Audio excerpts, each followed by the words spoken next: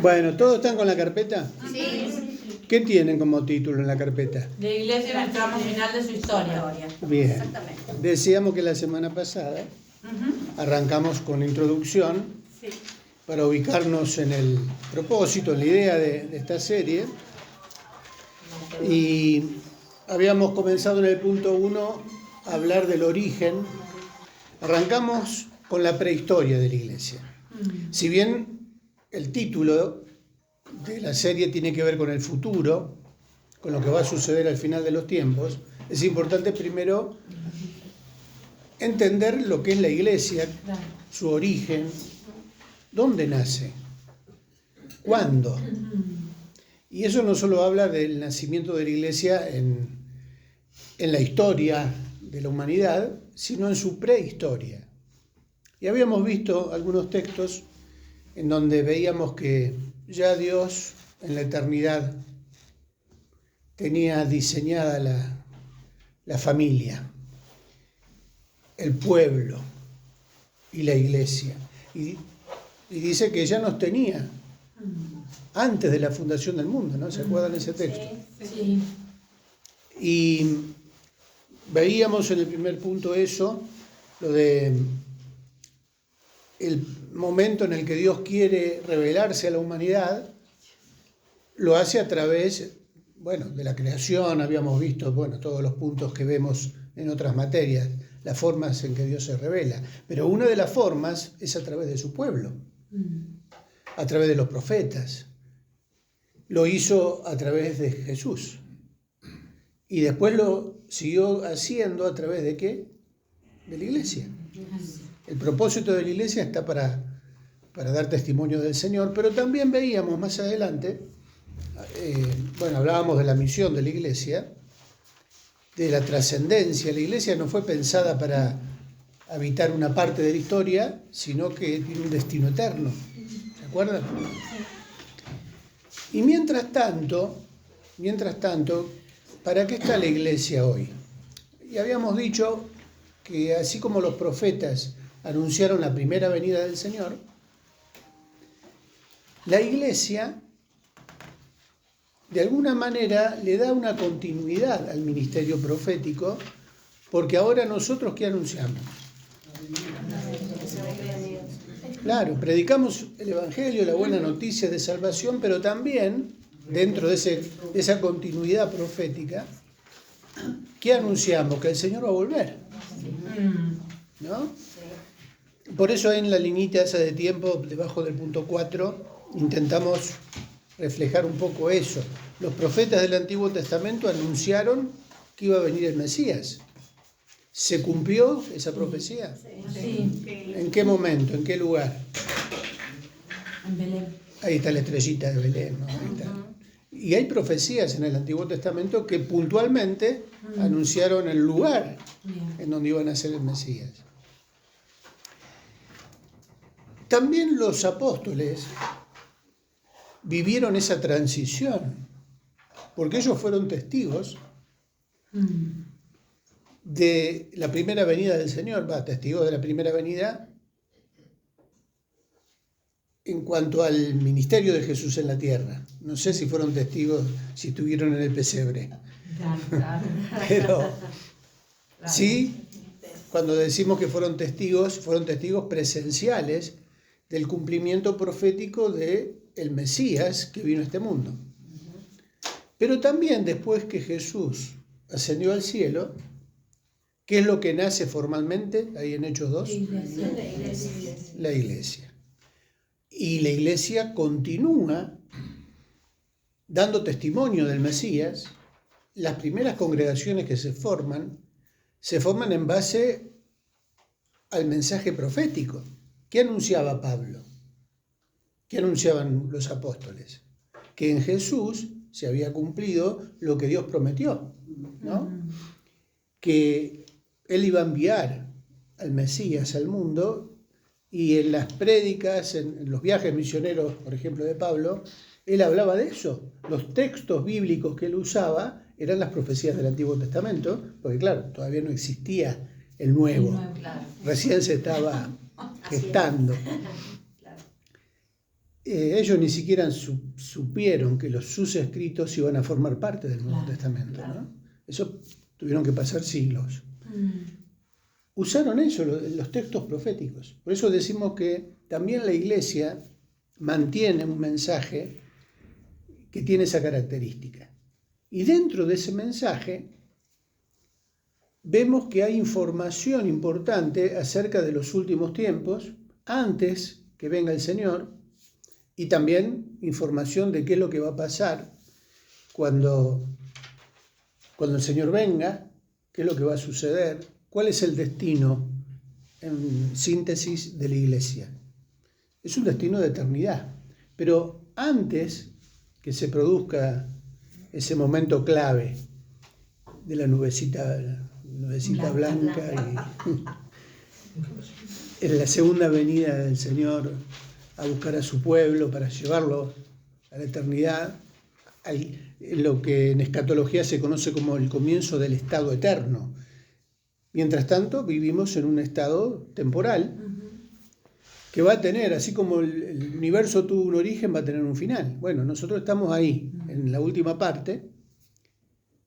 Y la idea de esta serie, como decíamos, es que no solo tengamos información nosotros sobre nuestro destino personal, porque la escatología también, creo que lo habíamos dicho, si no, igual lo repetimos.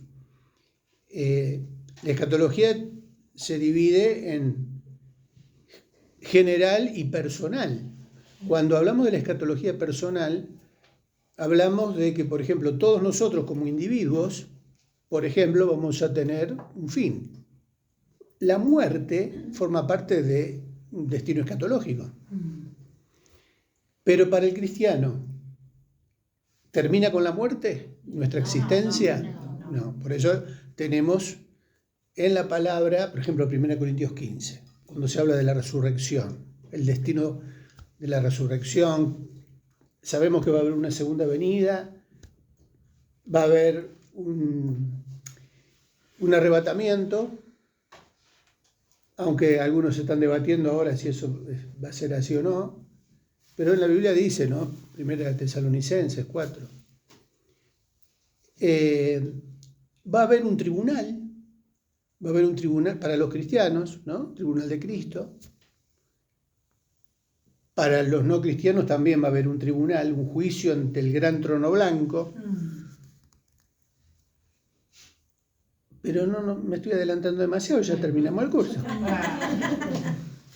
Pero más o menos se está entendiendo. La idea, ¿cuál es? Es que nosotros primero afirmemos, cuando hablamos de nuestro destino, nuestra escatología personal, que sepamos cómo va a terminar esta historia, porque nos alienta, nos tiene que alentar en nuestra fe y en nuestra esperanza.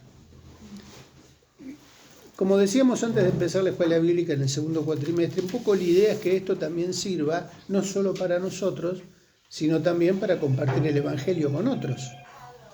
La idea es esa, que esto nos sirva, primero sí, para afirmar nuestra esperanza, pero también para incorporarlo en el mensaje, en nuestro testimonio, en lo que le contamos a los demás, que sea algo práctico, que sea algo que no solo, bueno, ya en el final de la materia, el final de la serie, hablamos de lo que contempla en la lontananza. ¿Se acuerdan del término? Sí. Claro, no muchos conocen la lontananza. ¿Nunca lo escuchaste, la lontananza? La eutanasia, escuché. No, lontananza. Bueno. Pero por vos. Claro, en realidad es un término que forma parte de nuestros ancestros italianos. ¿Qué significa? La lejanía. Contemplar la lontananza es contemplar la lejanía, mirar el horizonte así, contemplar así.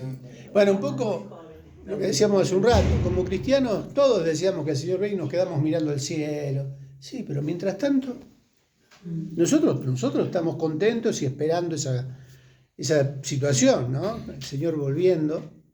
Pero la gente no conoce eso, sabe lo que va a suceder. ¿Cómo se va a enterar si nosotros no se la contamos?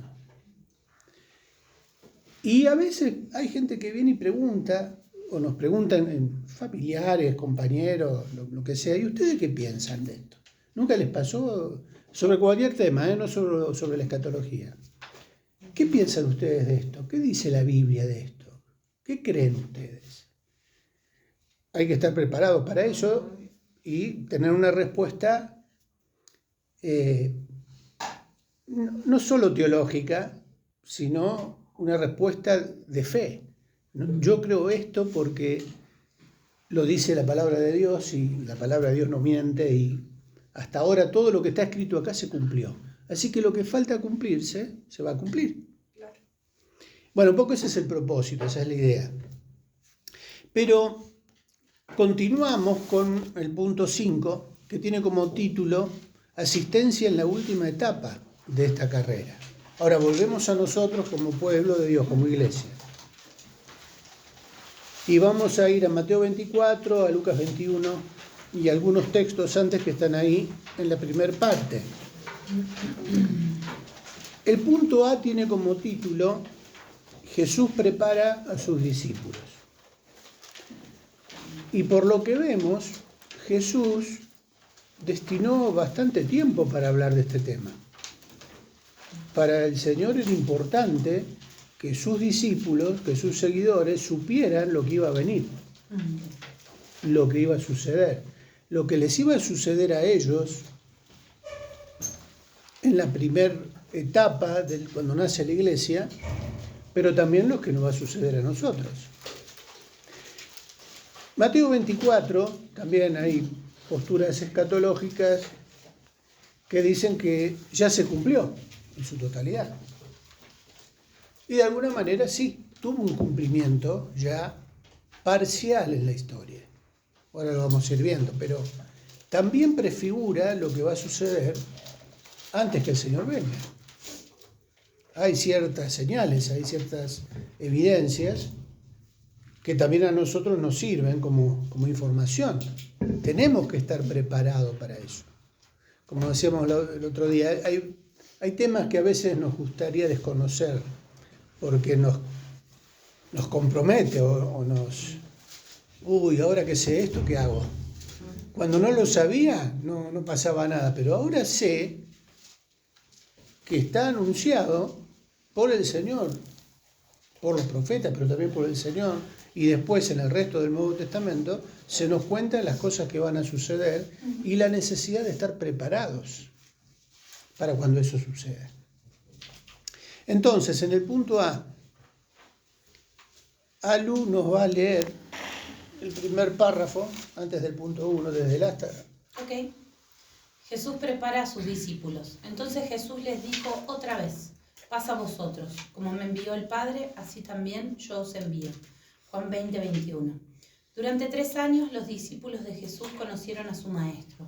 Fueron testigos de sus milagros y la manera en que el Padre los respaldaba. Tuvieron periodos de popularidad, pero también de oposición. No les sobraba nada, pero nunca les faltó lo necesario. Conocían sus limitaciones y debilidades, pero también conocieron el poder que levantó a Cristo de los muertos.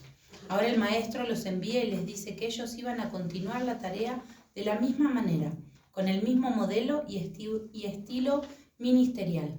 Los prepara para la aflicción que tenían que enfrentar en el mundo. Juan 15, 18, 21, 16, 33.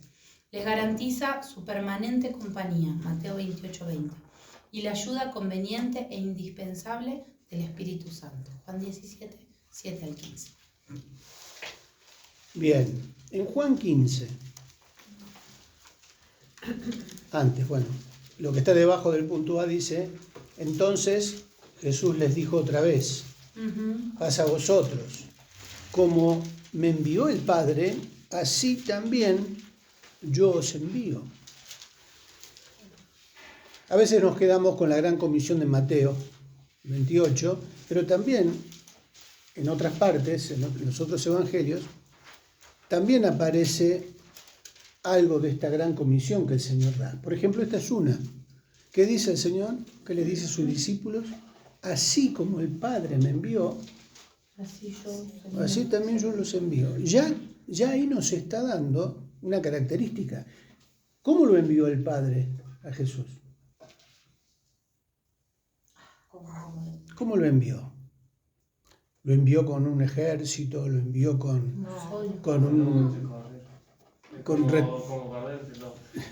claro.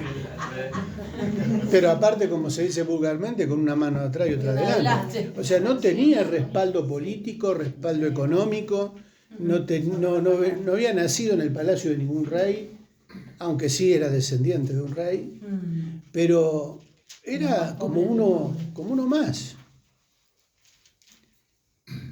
Sí lo mandó con su respaldo, porque al Señor y a los discípulos durante su ministerio, Dios siempre los respaldó, los contuvo, como dice ahí, el Hijo del Hombre no tiene dónde recostar su cabeza, pero nunca le faltó un lugar donde descansar, comida, abrigo. El Señor siempre lo sustentó. Y también, de alguna manera, nos está hablando de que el mismo estilo ministerial es el que el Señor delegó a su iglesia. Continúa los otros, en Juan 15, 18 al 21, ¿qué dice?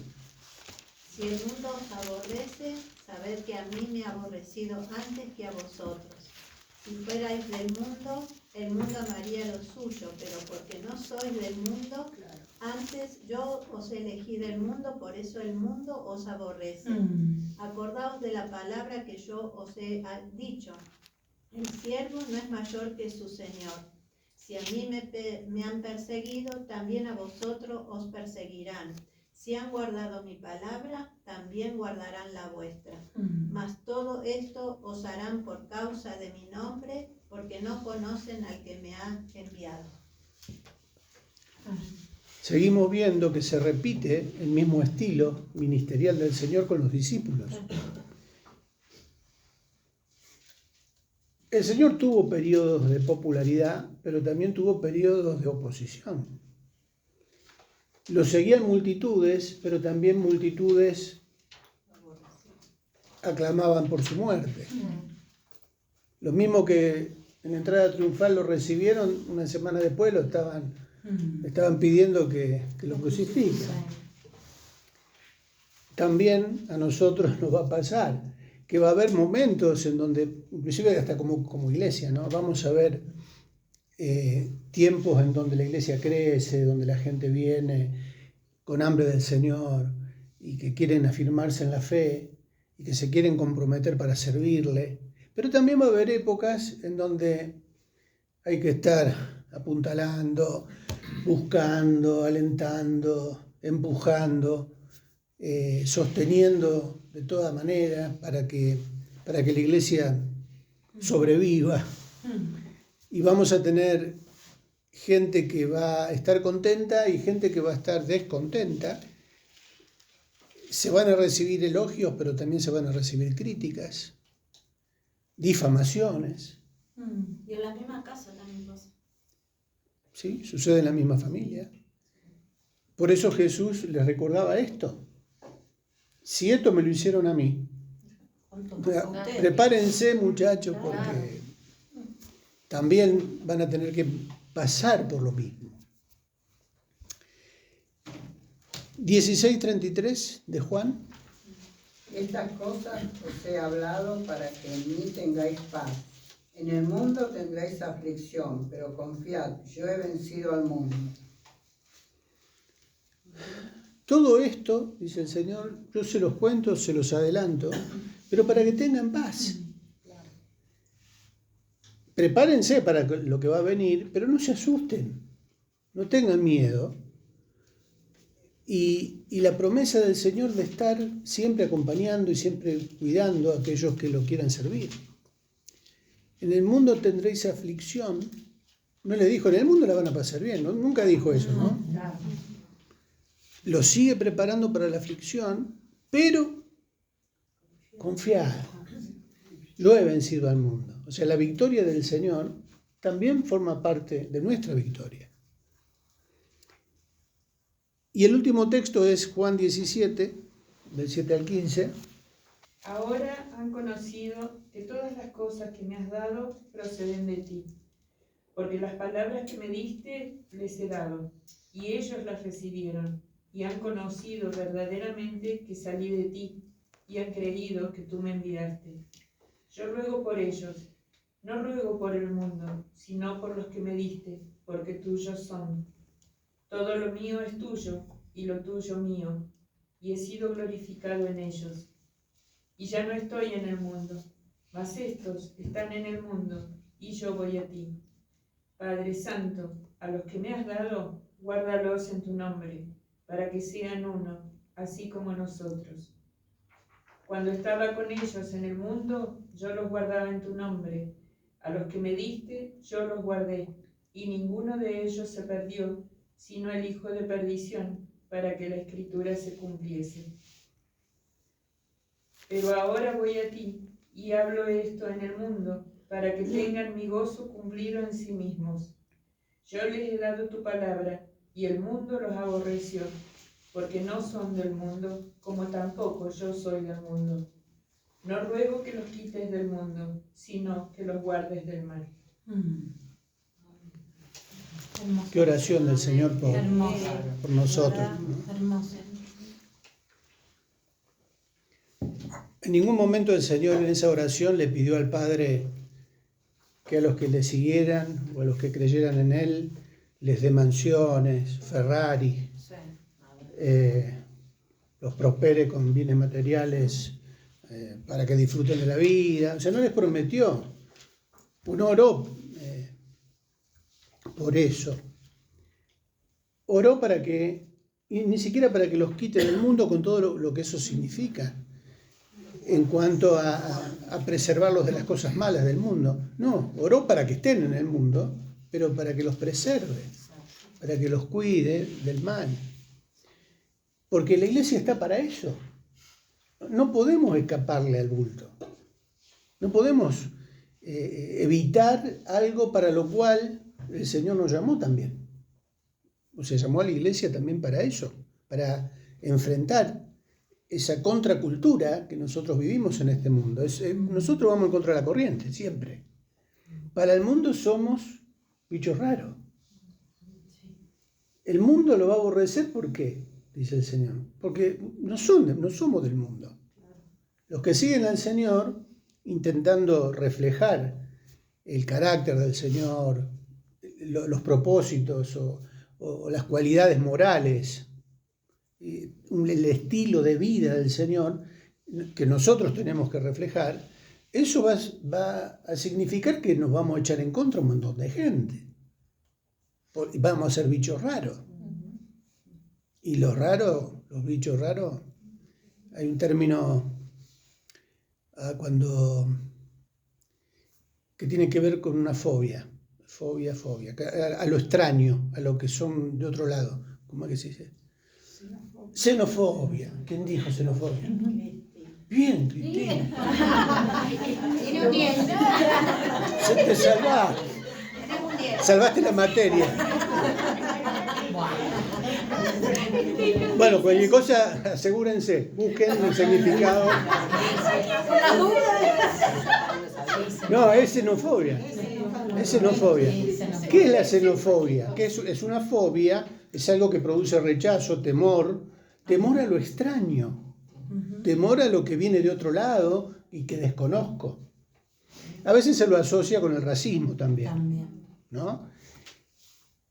Pero la xenofobia tiene que ver con eso y que justamente nosotros para el mundo somos algo extraño que de golpe viene a confrontar con el estilo de vida que ellos mantienen. Los primeros cristianos en los primeros siglos, para el Imperio Romano, era algo así. ¿Y esto de dónde salieron? Todo el imperio cree en un montón de dioses y estos locos creen en uno solo.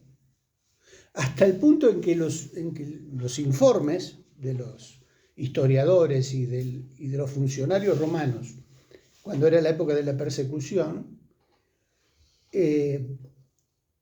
le pedían a los cristianos para que renuncien a su fe, para salvarse de la muerte, que griten en el Coliseo: abajo los ateos, mueran los ateos. Pero diciendo esas palabras, ¿a quiénes? a los cristianos, no a los politeístas. Claro. ¿Por qué? Porque ellos consideraban que los cristianos eran ateos porque no tenían más que un solo Dios. Claro. Ellos eran muy creyentes porque tenían muchos dioses.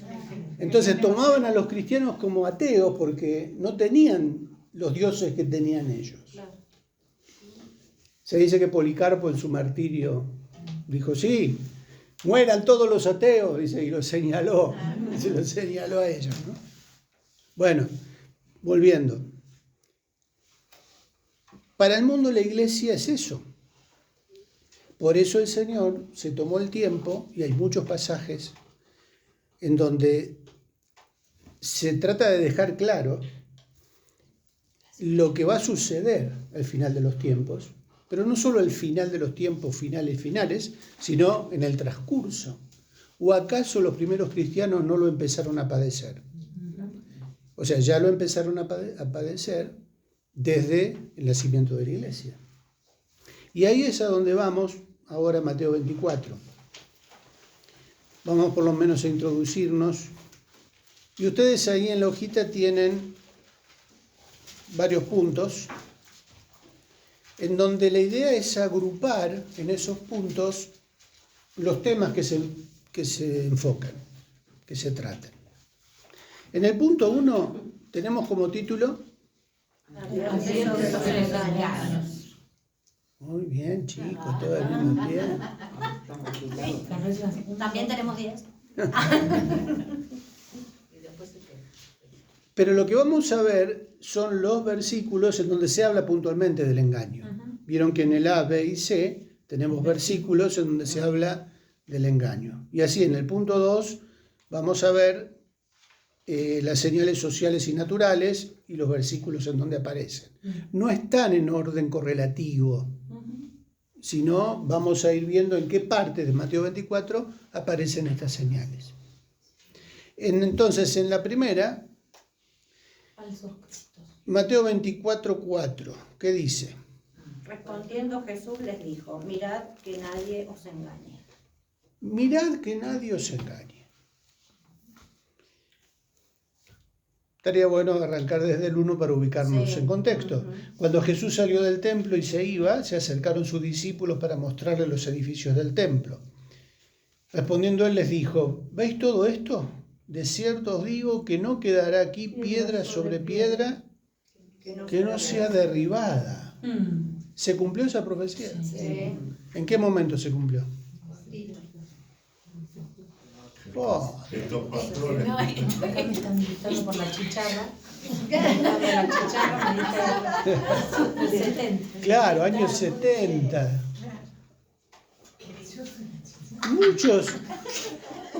Muchos de los que quizás escucharon en ese momento lo que Jesús dijo fueron testigos de lo que pasó con el sitio de Jerusalén y cómo el templo fue destruido. O sea que se cumplió ahí nomás. Y en el versículo 3 dice, y estando él sentado en el monte de los olivos, los discípulos se le acercaron aparte, diciendo, dinos, ¿cuándo serán estas cosas y qué señal habrá de tu venida y del fin del siglo? Respondiendo Jesús les dijo, Mirad que nadie os engañe. o sea que ya de entrada Jesús viene anunciando que va a haber, ¿qué cosa? Engaño. Versículo 5, ¿quién lo lee?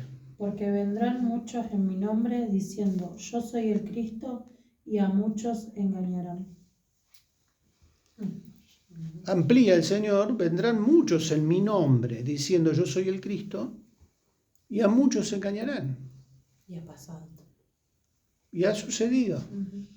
Y eso no está Y sucede. Sucede. Había acá cerca nomás, por Sudamérica, había uno que se consideraba el Mesías. Un poco más allá, en el siglo pasado, aparece por el oriente un personaje también que iban todos los artistas y todo, porque hacía aparecer oro, diamante, el Saibaba. Acá de Argentina fueron algunos personajes nuestros también allá. José María era Domínguez. No. Ah, sí. Luis María Domínguez. Sí. Bueno, discípulo de Saibaba. Y era la época en donde todo era el auge del orientalismo. Acá venían todos los ¿cómo se llama esto? Los que andaban con las trenes. Sí, gurúes, pero sectas, grupos orientales que venían con toda esa onda. Y entonces todo el mundo se encolumnaba detrás de esas filosofías. Nos encanta.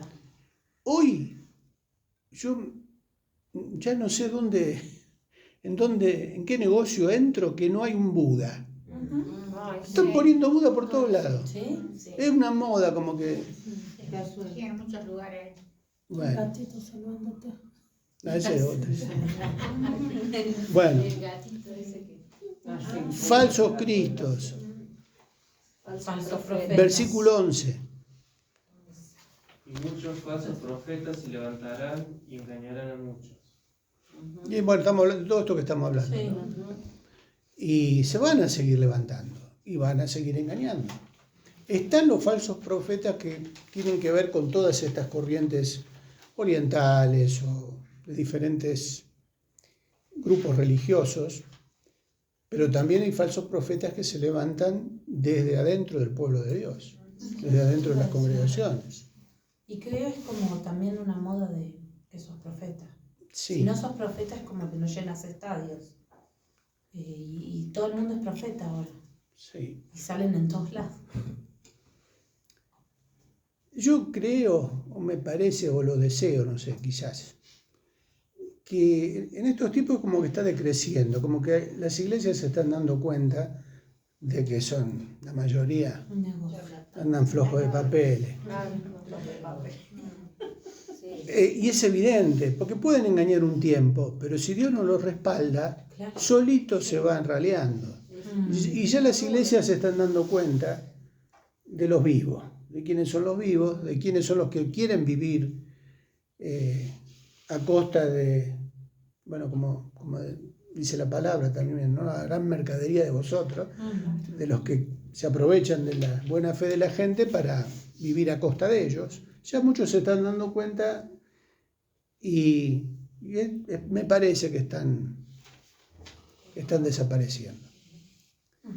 Pero no quiere decir que van a desaparecer, se van a perfeccionar. Claro.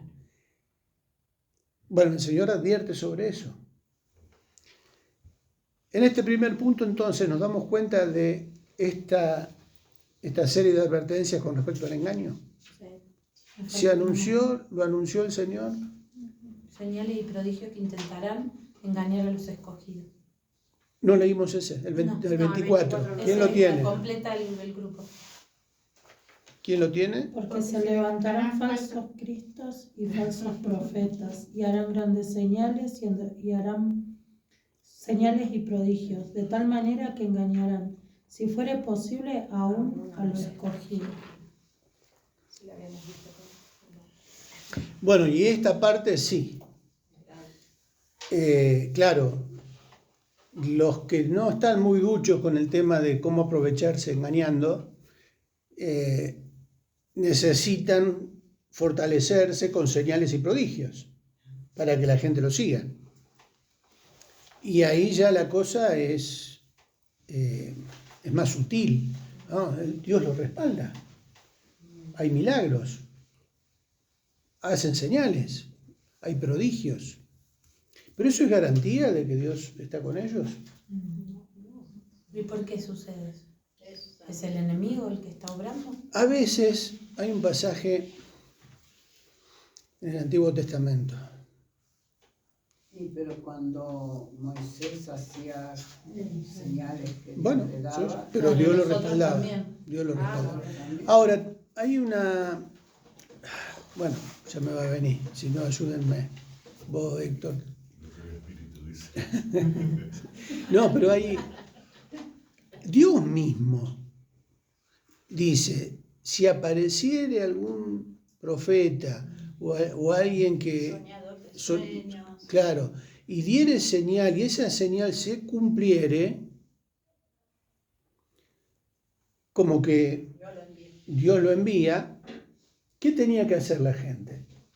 Él dice, fíjense, él permitía eso para probarlos. Para probarlos. ¿Para probar qué? ¿Qué era lo que enseñaban? ¿Qué era lo que decían? Porque si ese profeta decía algo que estuviera en contra de lo que Dios había enseñado antes, a través de otros profetas también, si lo que ellos, a pesar de las señales que se cumplían, apartaran de la fe al pueblo para seguir otras cosas, ¿qué iba a pasar con ese profeta? Primero Dios le decía, no lo sigan, no le hagan caso aunque hagan señales, porque yo permito que las hagan para ver qué tan fieles son a mi palabra. Deuteronomio 3. ¿Lo tenés? Dale. Bueno, creo que es.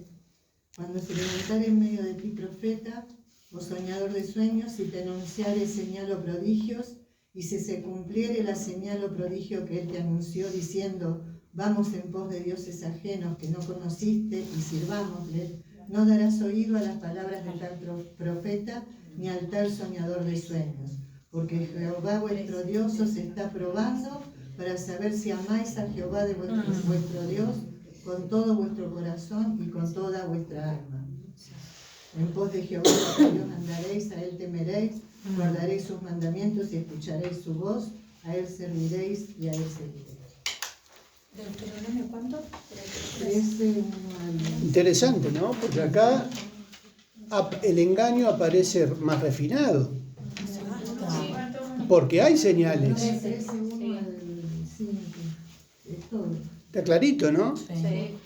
Dios lo permite porque quiere probar a ver si son obedientes a lo que Dios previamente había revelado. Y están metidos dentro de la congregación, inclusive tomando una autoridad delante de la iglesia. Entonces, ¿Cómo se combate eso? Conociendo la palabra. Conociendo la palabra. ¿Con qué dijiste? Bueno, acá dicen Hay que echarle flip. ¿Cómo? Acá dicen que tal profeta soñador ha de ser muerto. Ha de ser muerto. Bueno, aparte, antes de matarlo. Conociendo la palabra. Conociendo lo que Dios Claro. nos dice. Porque, ¿qué es lo que hay que hacer? Hay que comparar con aquello que Dios ya había revelado previamente y lo tenemos en la palabra de Dios. Por eso, los que desconocen la palabra, no le dan importancia a lo que Dios reveló de forma escrita, son los que más expuestos están al engaño. Son los que están más fáciles para ser llevados de las narices. Entonces, ¿es algo que está vigente o no? Sí. No es una palabra pertinente todavía hoy, no es para solamente aquella. Quizás hasta es re sutil porque usan hasta textos bíblicos. Punto 2. Revela señales sociales y naturales. ¿Quién lee? 24, 6 y 7. Y oiréis de guerra Sí. y rumores de guerra. Mirad que no os turbéis, porque es necesario que todo esto acontezca, pero aún no es el fin. Porque se levantará nación contra nación y reino contra reino, y habrá pestes y hambres y terremotos en diferentes lugares. tremendo. En el punto A, del punto 2, tenemos guerras y conflictos. Ya en el punto B, después de la segunda parte del versículo 7, habla de pestes y hambre. En el versículo 7 también, ¿de qué habla en la última parte? Terremotos. Qué bárbaro. Ahí. Colombia. Sí. El último. En Lucas 21, 25, también hay señales ¿dónde? En el mar. Es interesante cómo se describen los tsunamis ahí en Lucas. ¿Quién lo tiene?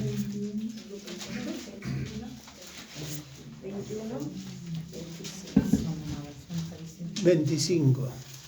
Entonces habrá señales en el sol, en la luna y en las estrellas, y en la tierra angustia de las gentes, confundidas a causa del bramido del mar y de las olas. Ahí está mezclado también las otras señales, ¿no? Señales en el mar, a causa del bramido del mar y de las olas. Pero también señales en el cielo. ¿Qué dice? El sol. Señales en el sol, en la luna y en las estrellas. Mateo 24, 29 y 30, ¿qué dice? También les dijo una parábola. Mirad la higuera y todos los árboles. No, ¿No es eso? Mateo. 24. Mateo 24. Mateo, perdón. 24. Inmediatamente después de la Sí. tribulación de aquellos días, el sol se oscurecerá y la luna no dará su resplandor y las estrellas caerán del cielo y las potencias de los cielos serán conmovidas. Entonces aparecerá la señal del Hijo del Hombre en el cielo y entonces lamentarán todas las tribus de la tierra y verán al Hijo del Hombre viniendo sobre las nubes del cielo con poder y gran gloria. Señales que vemos que se están cumpliendo en su mayoría, aunque también vemos algunos detalles que tienen que ver con lo previo a la segunda venida visible del Señor, ¿no? Terminamos con el punto E, señales en el cielo. O sea, dentro del punto 2 vemos señales sociales y naturales. Las guerras, los conflictos. Pestes, hambres. ¿Se fueron cumpliendo estas señales? Sí. ¿Hay alguna que falte cumplirse? Bueno, la que tiene que ver con las últimas. Pero Sí. vemos que ya desde hace tiempo se vienen cumpliendo y se vienen acrecentando, se vienen magnificando también en su manera de revelarse, cada vez más fuertes, cada vez más seguido. Y bueno, y van a suceder cosas para las cuales también nosotros tenemos que estar preparados, no puede extrañar Claro. que eso suceda. Yo recuerdo, no existía todavía, ¿no? Forma parte de hace muchos años atrás. ¿Escucharon hablar del cometa Halley? Sí. Bueno, a principios del siglo pasado, creo,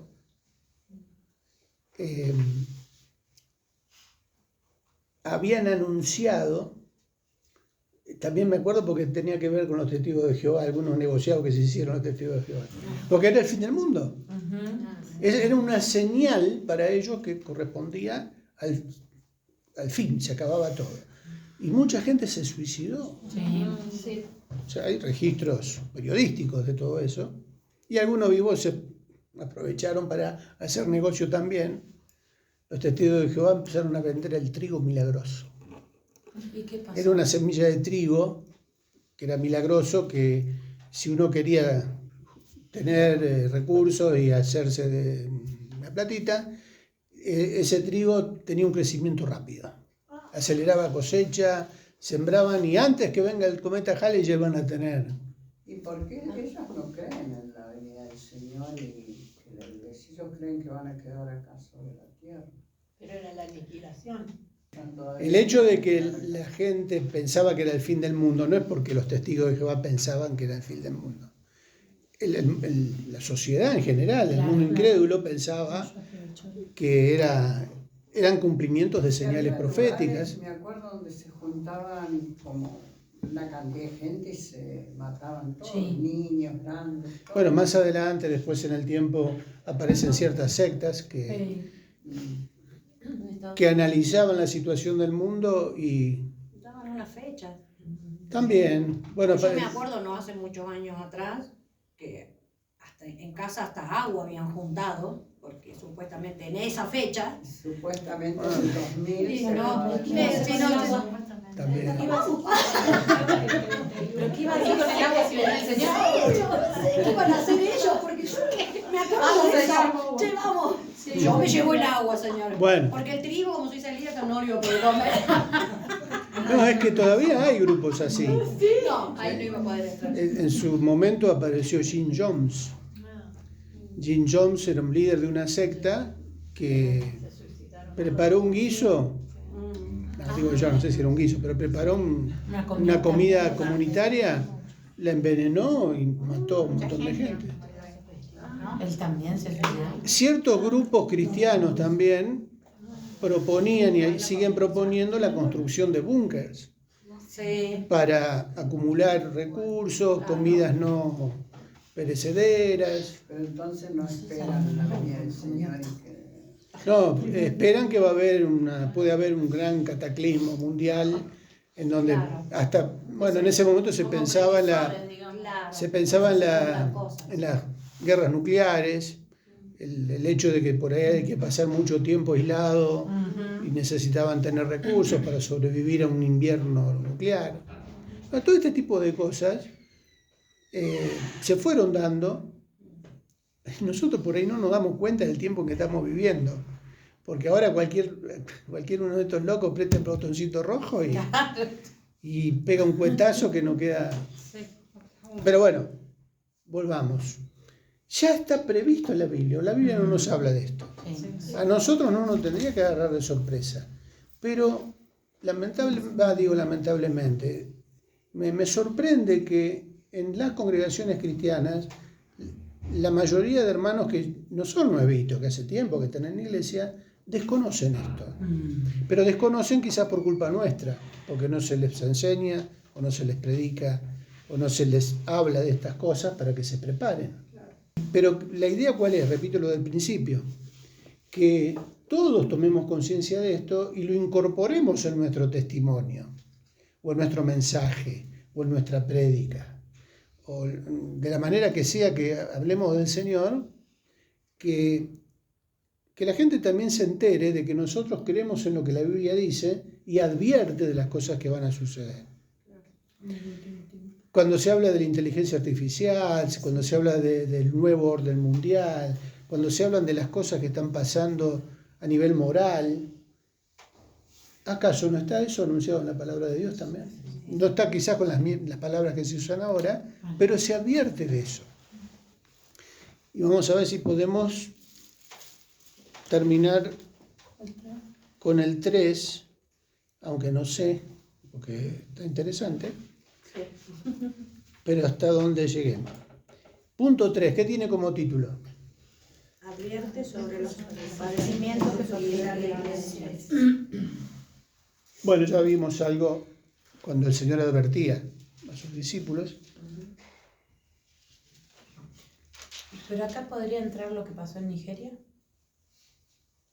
Asesinatos Sí, de creyentes. Sí.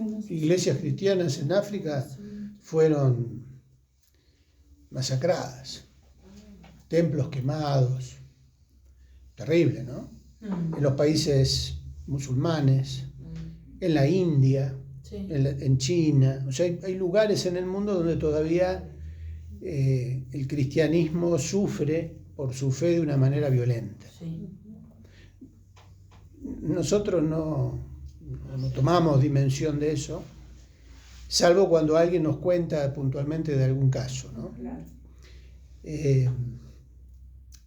Hay un video, después si puedo se los paso, pero de un pastor de Estados Unidos que fue invitado a la China a ministrar a un grupo de pastores cristianos que están sirviendo al Señor de manera clandestina. Sí. Se reúnen en secreto, no pueden decir en qué lugar se van a reunir hasta el momento que sea. Bueno, organizaron este viaje, este hombre fue a un hotel y parece que en ese mismo edificio consiguieron un lugar en donde en forma secreta tuvieron esas reuniones.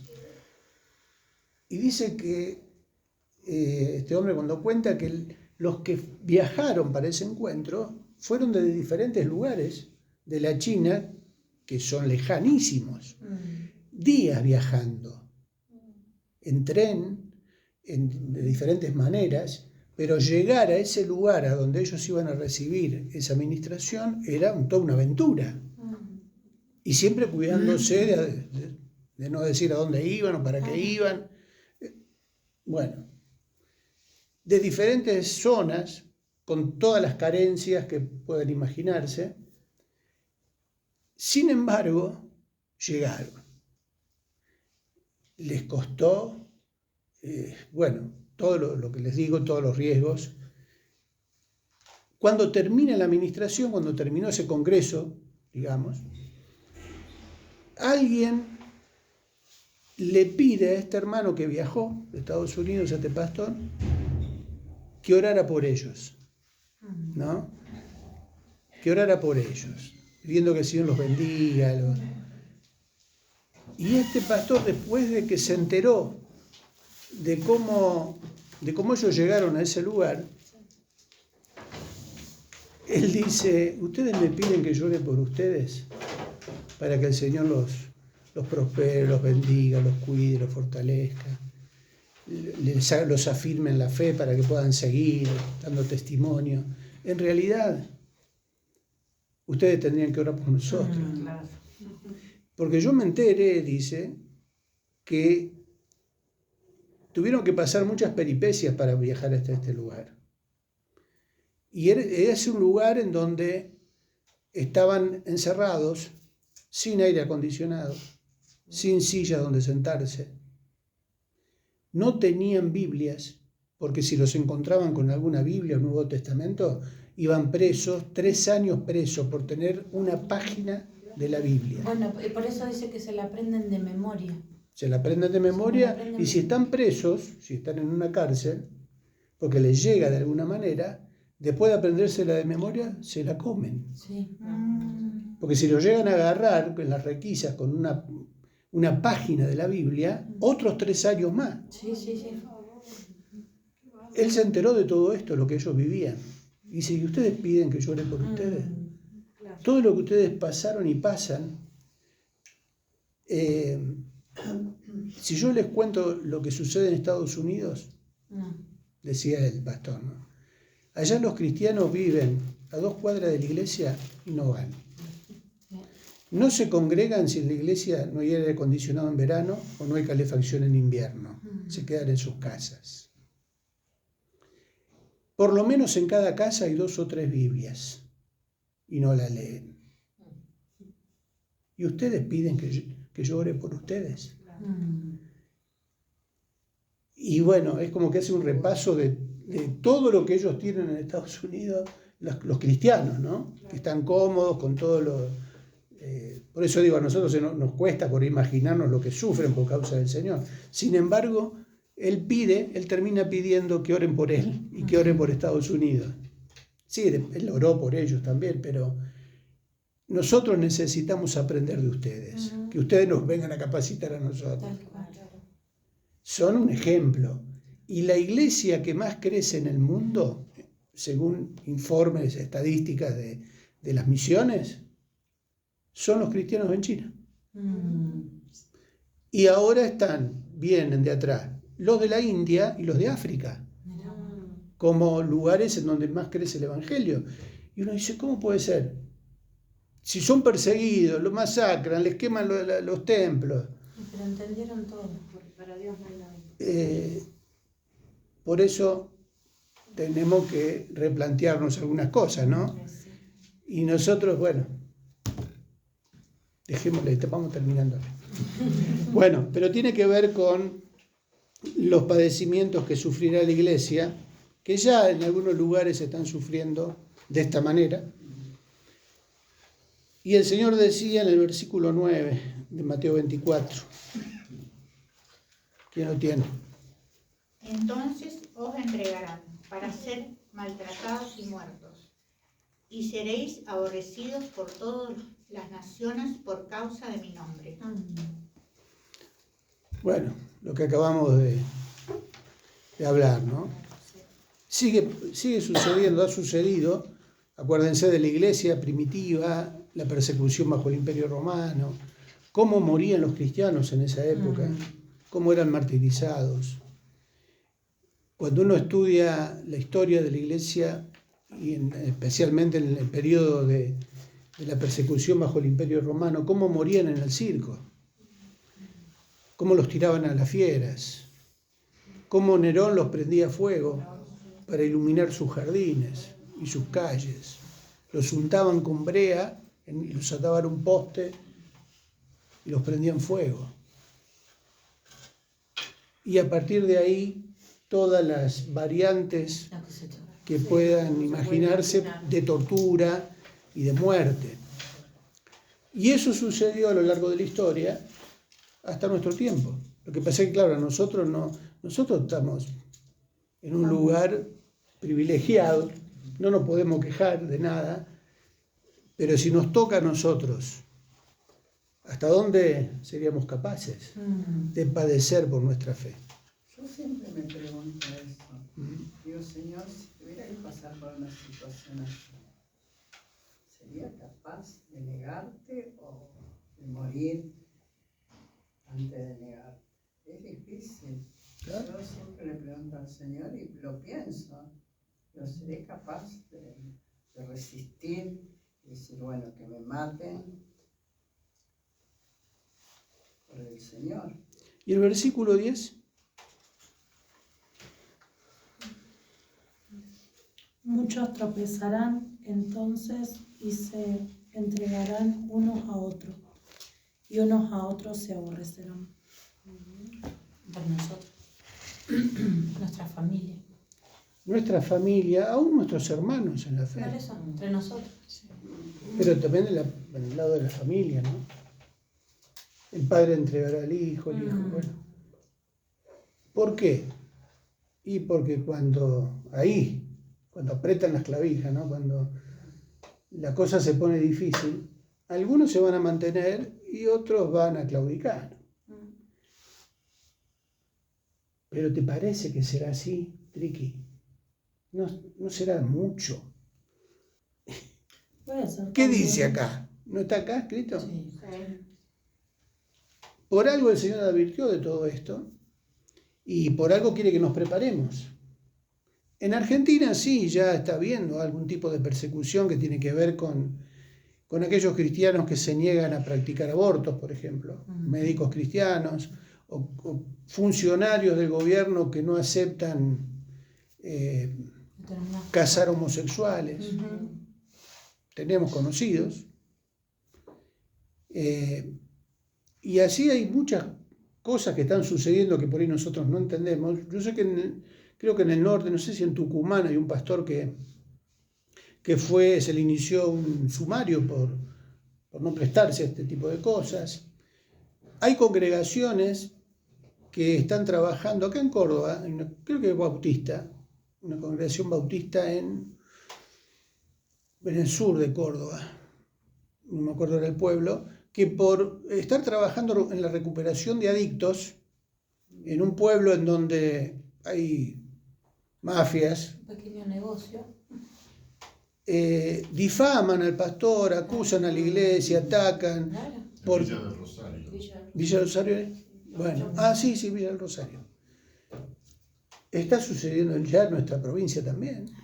Este tipo de cosas, claro, todavía nosotros podemos gozar de ciertos privilegios, pero va a llegar un momento en la historia, antes que el Señor venga, en donde ya no va a ser así, Ya ser cristiano, ya el país, llevando el ámbito político, un país que se alinea con Israel es blanco de atentados por tener una postura de ese tipo. Bueno, son cosas que... En el sistema educativo también hay también en el sistema educativo, bueno, después en la clase que viene vamos a hablar algo de eso. Pero son cosas para las cuales nos tenemos que preparar, nos tenemos que afirmar y también advertir a otros, pero sin olvidarnos lo que dijo Jesús. En el mundo tendréis aflicción, pero confiad. Yo he vencido al mundo. Yo he vencido. El Señor ha vencido y también nos hace vencedores a nosotros. Así que esto nos tiene que alentar, no asustar. Pero sí no tenemos que dejar de decirlo, porque si no, vamos a ser responsables nosotros. Y cuando suceda, algunos van a decir, pero a mí no me contaron esto, a mí me hablaron de la prosperidad, me hablaron de que todo me iba a ir bien, de que se me iban a solucionar todos los problemas, que no tenía que padecer, y resulta que, no, pará, lo voy a pensar. Gerardo les contaba a los nietos, a mis nietas, le hablaba de esto, de la venida del Señor y de las cosas, y me acuerdo que las más, nietas y nietos estaban todas. Le decían, no, abuela, no conté eso que nos da miedo. Sí, él quería y les hablaba de la venida del Señor y de todas estas cosas. Y ella, claro, se asustaba. Decía, no, abuelo, basta, que nos da miedo. Y él dice, bueno, pero esto es lo que va a suceder, tenemos que saberlo. Había un abuelo de un pastor, que cuando era chico este pastor quería leer aventuras de superhéroes. Y resulta que el abuelo le pone una Biblia en la mano y le dice, lee esto, lee esta historia. Y le hizo leer la historia de Sansón. Y después vení y decime qué te pareció. Y este niño en ese momento, que después fue pastor, vuelve al abuelo y le dice, era fuerte, ¿no? Interesante. Bueno, nosotros tenemos estos ejemplos en la palabra de Dios que nos hablan de que alguien en las manos del Señor, Es invencible. claro, tiene el respaldo del poder de Dios. Y por más que las cosas pinten feas, el Señor respalda a sus siervos, ¿no? ¿Oramos? ¿Querés guiarnos, Héctor? Damos gracias, Padre, porque podemos estar a tus pies, Señor, porque no solamente estamos considerando una materia y un tema, estamos abiertos a la mirada de tu palabra, a tu mirada, para confrontar nuestras vidas y para animarnos a la lucha que es inevitable, pero para que visualicemos la victoria que tenemos en ti, que podamos ubicarnos en medio de los tiempos en que estamos viviendo. Amén. Que no quede aquí, Señor, que podamos ahora, al volver, seguir pensando y aplicar y decidir profundizar y crecer más en tu palabra. Amén. Para que tu palabra sea la que nos sostenga en medio de las crisis. Gracias por tu presencia, Señor. ¿Qué haríamos sin ti? Gracias. Danos tu bendición por Cristo Jesús. Amén.